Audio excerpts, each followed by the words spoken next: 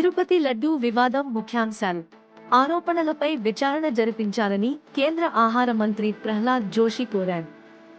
తిరుపతి లడ్డూ వివాదం ముఖ్యాంశాలు. ఆంధ్రప్రదేశ్లోని తిరుపతి దేవస్థానంలో ప్రసాదంగా అందించే లడ్డూలలో జంతువుల కొవ్వు ఉందన్న ఆరోపణలపై తీవ్ర వివాదం నడుస్తోంది. కేంద్రం ఆంధ్రప్రదేశ్ ప్రభుత్వాన్ని నివేదిక కోరింది. కేంద్ర ఆహార మంత్రి ప్రహ్లాద్ జోషి కూడా ఈ ఆరోపణలపై విచారణ జరపాలని కోరారు. ఇది ఒక వర్గం భక్తులలో ఆందోళనకు దారితీసింది.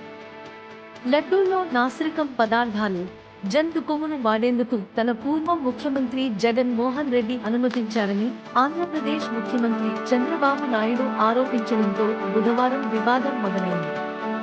తిరుపతి ఆలయంలో లడ్డూల స్వీట్స్ తయారీకి ఉపయోగించే నెయ్యిలో బీఫ్ టాలో పంది కొవ్వుకు సంబంధించినది మరియు చేప నూనె ఉన్నట్లు పార్టీ పేర్కొంది.